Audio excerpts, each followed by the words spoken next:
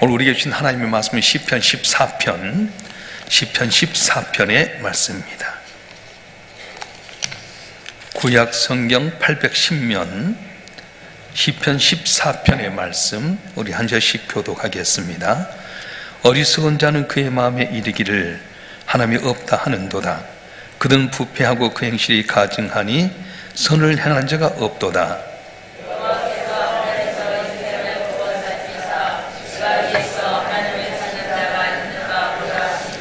다 치우쳐 함께 더러운 자가 되고 선을 행하는 자가 없으니 하나도 없도다.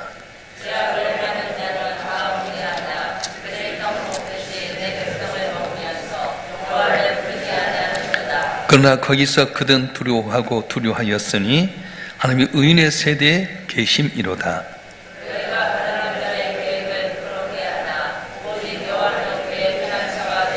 다 같이요. 이스라엘의 구원이 시온에서 나오기를 원하도다. 여호와께서 그의 백성을 포로된 곳에서 돌이키실 때에 야곱이 즐거워하고 이스라엘이 기뻐하리로다. 아멘. 기도하겠습니다. 우리의 피난처 되신 아버지 하나님, 세상에 걱정 것이 모든 것 다 주 앞에 내놓기 위해서 이 자리에 왔습니다. 전지전능하신 아버지, 불러주신 귀한 종들을 통해 맡긴 사명 감당하도록 이들의 모든 문제가 해결되는 역사가 있게 도와주시옵소서. 부르짖고 간구한 손이 하나도 땅에 떨어지지 않게 하여 주시고 시응답받아서 주님께 영광이요 우리 삶 가운데는 하나님을 자랑하고 증거하는 증인의 삶을 살게 하여 주시옵소서. 부족한 종을 세우시고 말씀 전토록 하셨사온즉 홀로 두지 마시고 보이사 성령에 친히 오셔서 기름 부어주시고 주의 말씀을 잘 전해서 우리를 통해서 하나님의 영광이 온 땅에 드러나도록 복의 복을 다하여 주시옵소서. 우리 주 예수 그리스도 이름으로 감사하며 기도하옵나이다. 아멘. 우리가 살아가면서 생각지 못했던 많은 일들이 납니다. 내게 어려운 일이 있으면 어디로 찾아가야 됩니까? 몸이 아픈 병원 찾아가게 되고요, 돈이 없으면 은행 찾아가게 되고, 법률적인 면에서 자문을 얻기 위해서는 변호사나 법무사를 찾아가게 됩니다. 그런데 그걸 찾아간다고 해서 다 문제가 해결됩니까? 내가 정말 어려움 당했을 때 피할 곳이 있어야 될 텐데 어디로 가야 됩니까? 미국으로 가야 됩니까? 아니면 중립국인 스위스로 가야 됩니까? 이 세상 사람에서 과학 발달이 우리에게 참된 행복을 주는 피난처가 되는 겁니까? 인간에게 편리함을 가져다 물질이 인간의 행복을 주는 피난처가 되는 겁니까? 요새 젊은 사람 술과 마약을 하게 되는 술과 마약이 우리에게 피난처 됩니까? 현대 많은 사람들이 행복한 삶을 가져다 주는 피난처를 찾고 있는데 오늘 말씀에 보게 되면 그 피난처가 어디인가를 보여주고 있어요.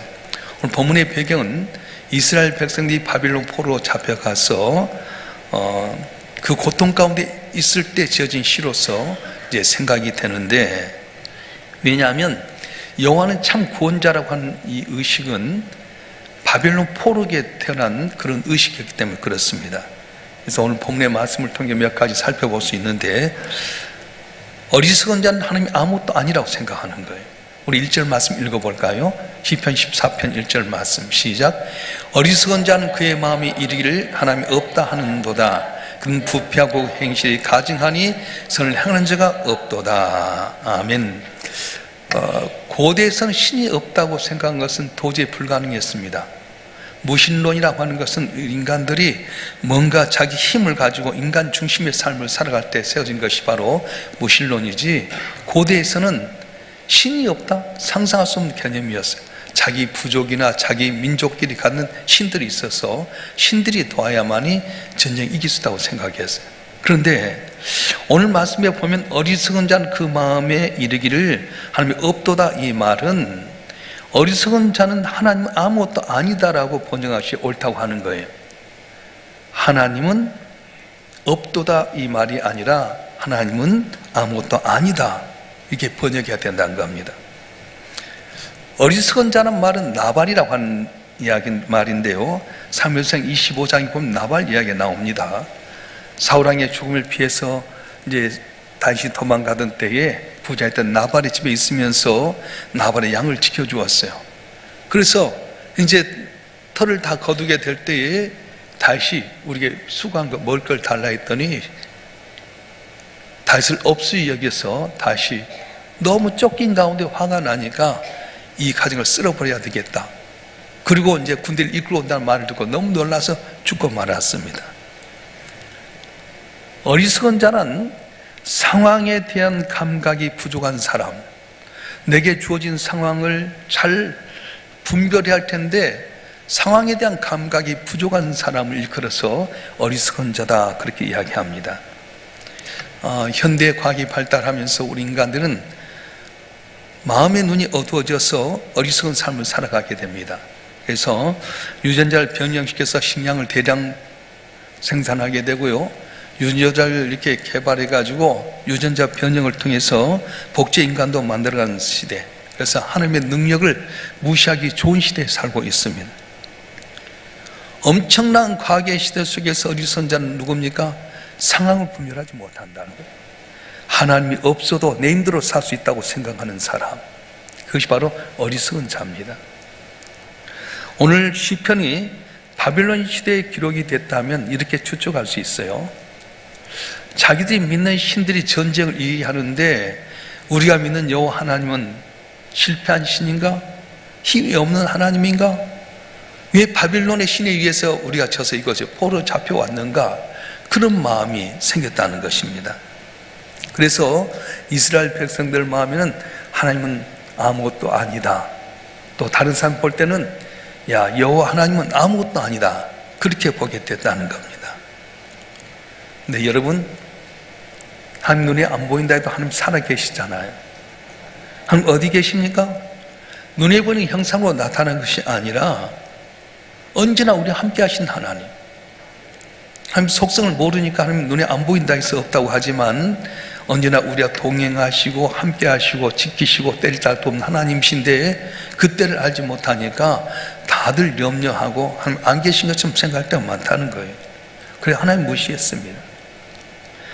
열왕기하 1장에 보면 이스라엘 아합 왕의 아들 아하시아라고 하는 사람이 왕이 됩니다. 사마리아 성에 있다가 난간에 있다가 딱 떨어졌어요.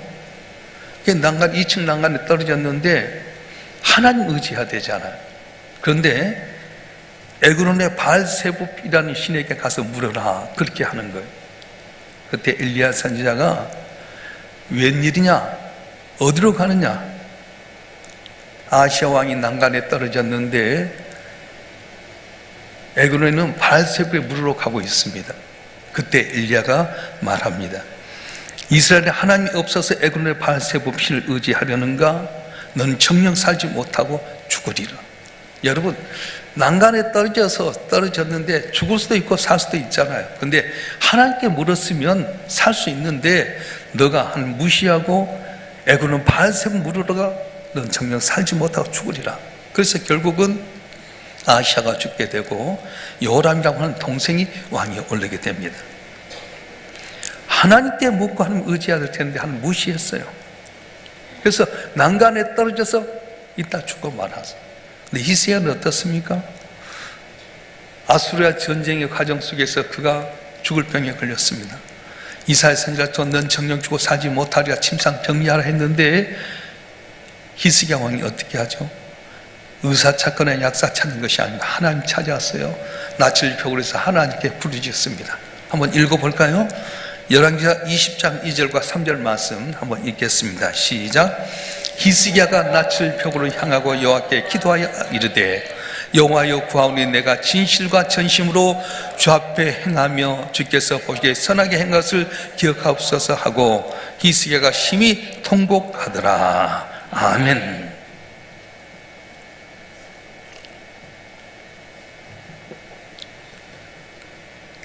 히스기야는 오늘날 말하면 암과 같은 걸로 죽을 수밖에 없어. 넌 정령껏 살지 못하리라. 그때 의사 찾고 약사 찾는 것이 하나님께 낯을 향해서 기도합니다. 내가 행했던 것, 내가 주 앞에 선하게 했던 것 그렇게 하고 살려주시옵소서. 통곡하고 안을 때 이사야 선지자가 미리 성을 나가기도 전에 하나님께 이사야에게 말합니다. 이사야, 넌 내 사는 종 히스기야에게 말해라. 내가 내 눈물을 보았고 내 기도를 들었다. 내가 너를 사흘 만에 살게 하고 너는 고침받아 15년 생명 연장하리라. 그래서 이사야 가서 무화과를 가지고 반죽해서 아픈 곳에 맞았더니 살아나는 역사가 있었어요. 무화과가 능력이 있을까요? 물론 무화과가 그때 당시 썼던 민간 요법일 수 있죠. 근데 하나님께 물어서 하나님 위대하게 여기고 의지했더니 하나님께서 죽을 병도 살리게 하는 은혜가 있었어요. 아시아 왕과 히스기야 왕의 차이가 뭡니까? 난간에 떨어졌어요. 난간에서 떨어져 그건 죽을 병이 아닐 수도 있는데 여호와를 무시하고 바알세불에 물었더니 하나님께서 너 나 무시했냐? 그건 너 죽다. 죽어버렸어요. 죽을 병에 걸리고 살지 못할 수밖에 없는, 살지 못하는 히스기야는 하나님을 의지하고 바라보고 울었더니 주께서 들으셨다고 하는 겁니다. 저와 여러분 한 분 한 분 하나님 눈에 안 보이지만 오늘도 나와 계시고 내 작은 심을 응답하신 하나님 줄 믿고 저 앞에 아뢰고 의지하게 되면 오늘도 치료해 주시고 회복시켜 주시고 은혜를 주시고 승리한 복을 주실 줄로 믿습니다. 그래서 오늘 시편 기자는 이렇게 고백해요. 6절 말씀 읽어볼까요? 6절 말씀 시작. 너희가 가난한 자의 계획을 부끄럽게 하나 오직 여호와는 그의 피난처가 되시도다. 아멘. 여기서 가난한 자는 늘 삶의 공감 속에서 하나님의 은혜한 능력을 사모하는 심령을 말해요. 그래서 심령이 가난한 자는 복이 있나니 천국에 저희 것이며 의에 줄이고 목마른 자는 복이 있나니 저희가 배부를 것이다 했던 것처럼 줄이고 목마른 자, 은혜를 사모한 자에게 하나님의 피난처가 되신다고 하는 겁니다. 여러분 오늘도 똑같은 상황 속에 사는데 어떤 분은 하나님을 피난처로 오는 사람이 있는가 하면 나름대로 자기 피난처를 찾아서 사람 의지하고 권력 의지하고 인간의 방법을 의지하는 사람이 있어요. 똑같이 피난처를 찾긴 찾지만 누가 피난처가 되느냐? 결과가 달라진다는 거예요. 하나님께 이스라엘 백성들이 실수했을 때, 실수로 사람을 죽였을 때에 피할 수 있는 것을 마련해 주었어요. 그게 바로 도피성이라고 하는 것입니다. 그래서 원치 않게끔 실수를 해서 이는 이로 눈으로 갚으라는 시대 속에서 내가 예를 들어서 쟁기질 하다가 딱 거기 앞에 있는 세트를 나 상대방을 죽여버렸다. 원하는 거 아니잖아요. 근데 상대방은 내가 사람을 죽였기 때문에 나를 죽이려고 할 때 어디로 가냐? 도피성에 피하면 살게 만들었어요. 오늘도 마찬가지입니다. 죄의 문제로 말미암아 고통받는 우리들에게 도피성을 주신데 그게 어디냐면 바로 예수 그리스도. 우리 시편 62편 8절 말씀 한번 볼까요? 거기에 우리의 피난처가 되신 분 이야기하는데 한번 읽어보겠습니다. 시작. 백성들아 시시로 그를 의지하고 그의 앞에 마음을 토하라. 하나님 우리의 피난처시로다. 아멘. 다시 한번 시작. 백성들아 시시로 그를 의지하고 그의 앞에 마음을 토하라. 하나님 우리의 피난처시로다. 아멘. 시시때때로 하나님 앞에 마음을 토하면 하나님 우리의 피난처가 된다는 거예요. 예수를 나의 피난처로 여기고 주의 이름으로 기도하면 주의 이름으로 기도할 때 응답하신다고 말씀하셨어요. 세상 사는 동안에 많은 사람들이 걱정심 없게 하기 위해서 피난처를 찾는데 급급합니다. 재물로 성을 쌓으면 그것이 내 피난처 될 줄 압니다. 지시로 고난을 이겨보려고 또 열심히 지식을 얻는 사람이 있습니다. 권력의 울타리로 피난처를 만드는 사람들 나름대로 피난처를 다 찾고 있지만 인간의 힘으로 만든 피난처는 경제적인 위기, 정치적인 위기, 건강 위기, 인생고에서 쉽게 무너져 버린다는 거예요. 물질을 쌓아주면 한순간에 무너져 버리고요. 권력을 쌓아주면 권력도 무너져 버리게 되고 사람 의지했지만 사람 때문에 어려움 당하지 않아요.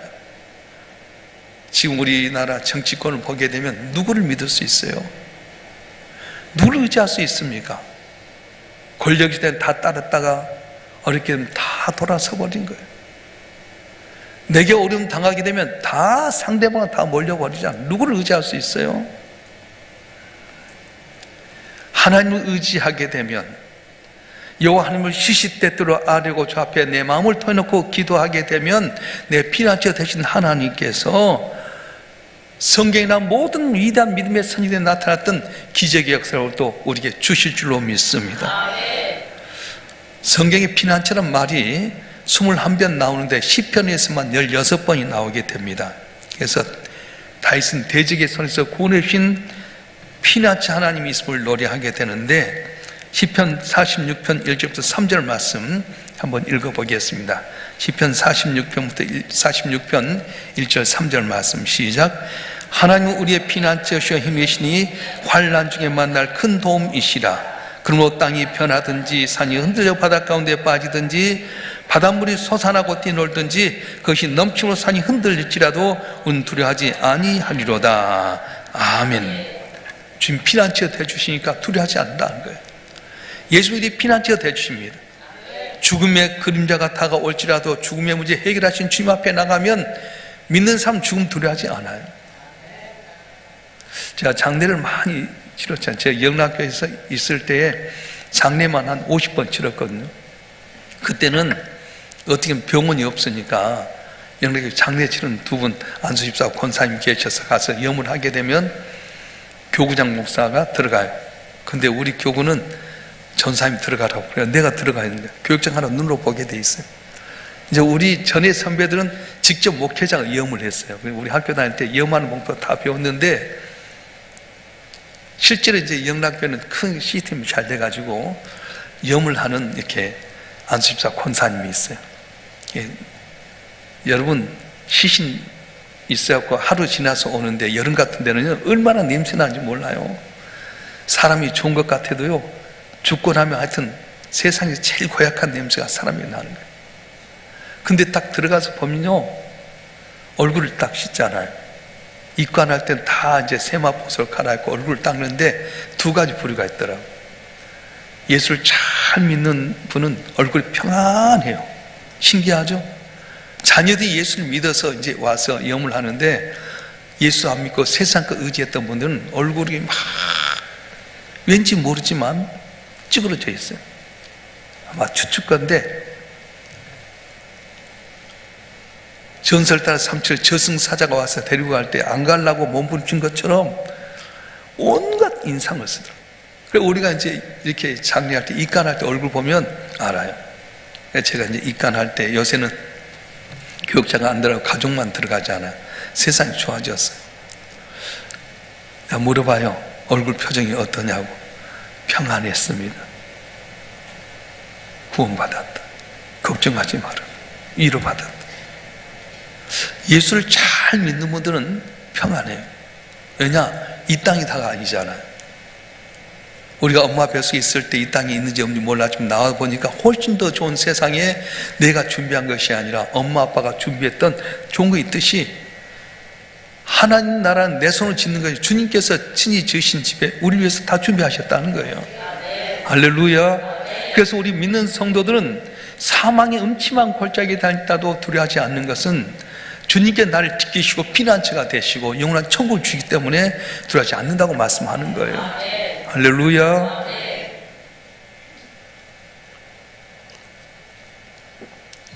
얼마 전에 우리 권사님 나를 면담 왔어요. 이제 몇 년 전에 자궁암에 걸려서 어려웠는데 주사 한 대 맞는데 900만 원씩 들어. 20몇 방을 맞아야 될 텐데 곰곰이 생각해 보니까 한 2억 정도 들어야 되잖아.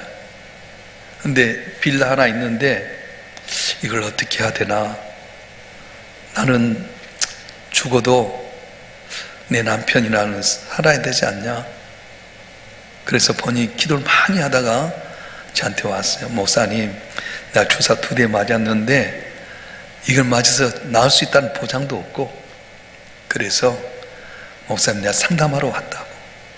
나 주사 맞고 하나님께 맡기려고 하는데 목사님 어떻게 생각하냐고. 황 목사님 어떻게 생각해요? 그렇게 말해. 그래서 제가 그랬어요. 권사님, 내게 만약에 암이 와서 내게 똑같은 상황이 와서 한 대에 900만 원씩 해갖고 20번 이상을 맞으라 한다면 어차피 조금 보장된 것도 아닌데, 나 같으면 그래, 항암 투여하고 이렇게 하기보다는 가족과 함께 편히 있다가 천국에 난 가려고 하는데 권사님 어떠세요? 그랬대요. 그러겠대요. 근데 이야기가 뭐냐면 얼굴이 너무 좋은 거예요. 권사님 근데 아픈 사람 안 같아요. 그랬더니 한 며칠 전에 잠을 자는데 밑이 빠진 것 같이 뭔가 딱 그러더래요. 아이고, 자궁이 없으니까 뭐 탈장됐나 생각했는데 잠처럼 이만한 덩어리가 하나 딱 나오더래요. 하얀 덩어리가. 아, 이거 뭐야? 그래가지고 화장실 가서 보니까 핏덩어리는 아닌데 물덩어리가 와서 했다는 거예요. 그러면서 목사님, 나 응답 받았어요. 나 이렇게 할래요. 여러분, 당연한 현실 가운데 어떻게 생각해도 다르잖아요. 이 권사님은 하나님 믿고 의지한 거예요. 자기 인생의 일정을 이야기하는데 하나님 나와 함께 하셨던 걸 믿고 살아가니까 죽음의 위기 가운데 어떻게 하는 겁니까? 주님이 나를 위해서 천국 예배했다. 살아도 주를 위해 살고 죽어도 주를 위해 죽고 내 모습 그다 종이 되길 원합니다. 여러분, 이런 믿음이 있을 때 사는 거지. 항암 투여해 보세요. 입맛도 없고요, 머리 빠지고요, 정신 없고요. 물론 젊어서 그렇게 해서 좋다면 좋지만 나이가 80 넘으면은 그때 그렇게 할 필요가 있겠나 생각이 들어요. 왜냐, 우린 뭐가 있다고? 천국이 있잖아요. 우리 영원한 피난처는 주님이세요. 요새 우리가 사는 나이에 대해서 이야기하면서 건강히 살 수 있는 나이가 얼마인가 해봤더니 이제 우리 한국 나이로 83.5세가 이제 이렇게 살 수 있는 나이. 근데 거기 넘었으면 요양원에 들어간대. 요양원에 들어가서 살래? 최선 다해서 있다가 살래? 물론 우리 이 땅에 있으면 건강에 최선을 다해서 사는 거 좋지만은 너무 세상 것 의지하지 말아요. 지난주 설교하게 될 때도 이야기했잖아요. 참된 행복이, 참된 기쁨 어디 있습니까? 소유에 있는 것도 아니고 성취에 있는 것도 아니에요. 오늘과 미래가 보장되는 삶, 천국이 있다는 삶을 믿고 방향을 틀어야 돼요. 육적인 삶에서 영적인 삶으로 달라져야 되고요. 땅을 바라보던 삶이 하늘 바라보고 살 때 진정한 내 안에 있는 예수로 말미암아 기쁨이 있지 않겠어요? 할렐루야. 오늘 하루 살아갈 때 주의 은혜 가운데 피난처 되신 주님으로 말미암아서 문제가 해결되고 남모를 기쁨으로 주의 영광을 나타내는 우리 모두가 되었으면 좋겠습니다. 좋겠습니다. 기도하겠습니다. 건축원금 정동선 집사님, 박영주 권사님, 11조금 정동선 집사님, 또 박영주 권사님 감사 예물 무명으로 또 1,000번 좀 드렸습니다. 아버지 하나님, 생각지 못한 어려움들이 있을 때 어디가 우리의 피난처입니까? 물질이 내 피난처인 줄 알고, 권력이 피난처인 줄 알고, 사람 피난처인 줄 알고 살지만 거기는 쉬 무너질 수밖에 없는 모래 위에 서운 성과 같습니다. 우리의 영원한 피난처는 바로 하나님이십니다. 눈에 안 보인다고 해서 없는 것이 아니라고 하셨습니다. 아들 예수를 아낌없이 내오신 그 하나님은 그 아들 예수를 하기면 우리의 피난처 되게 하시기 위해서 십자가에 못 박혀 죽으셨다 살게 하셨고, 우리가 그에게 믿고 의지할 때마다 응답 준다고 하셨는데, 주여 오늘 우리가 이 말씀 붙들고 기도할 때 피난처 되신 주님, 문제가 해결되게 도와주시옵소서. 건강의 복을 내려 주시옵소서. 치료의 강선 발하여 주셔서 생명이 연장되게 하시고 지금 영광에 사는 우리 모두가 되게 도와주시옵소서. 물질도 주님이 주셔야 되지 않습니까? 우리 가정도 평안도 주님이 주셔야 됩니다. 우리의 피난처 되신 주님 주 앞에 나와 싸운 즉 문제 해결하여 주시옵소서. 12의 혈통했던 여인이 믿음으로 고침받았던 것처럼, 나병 환자가 주 앞에 나서 고침받았던 것처럼, 아버지여 내 빈금을 주 앞에 맡겼더니 그분이 찢어질 만큼 잡히게 되었던 것처럼 우리 삶 가운데 문제 해결되게 하여 주시고 지금 영광 같은 우리 모두가 되도록 은총을 다하여 주시옵소서. 믿음으로 귀한 예물 지어 싸운 즉 이 예물 흠양하여 주시고 소원 응답되게 하여 주시고 이들이 그리스도의 향기로서 온 세상에 주의 영광 나타낼수록 만복으로 복을 내려 주시옵소서. 올 한날도 푸른 초장 실만한 물간도 하여 주시고 이 나라 민족도 주께서 기억하여 주시고 경제가 속히 회복되길 원합니다. 정치 안정되길 원합니다. 밥 먹지시했던 마음들이 하나 되게 하여 주시고 열강부터 우뚝 서는 대한민국이 되게 하여 주시옵소서. 보지 않는 가운데 생기는 많은 봉사들을 낱낱이 기억하여 주시고 은밀한 가운데 도우신 은혜로 말미암아 그들의 삶이 모든 성도의 기감되고 100배 복을 받는 귀한 가정들이 되게 해 주시옵소서. 우리 주 예수 그리스도의 이름으로 간절히 기도하오며 이제는 우리 주 예수 그리스도의 은혜와 아버지 하나님의 극진하신 사랑과 성령님의 감화, 감동, 이로 충만 교통하심이 오늘도 피난처 되신 주님 앞에 나와 예배하며 기도하는 주님의 사랑하는 자들 한 분 한 분 위에 이들의 가정과 생업과 남은 삶의 여정과 우리의 산 명성교회와 우리의 조국 대한민국 위에 지금부터 영원토록 함께 하시기를 간절히 축원하옵나이다. 아멘.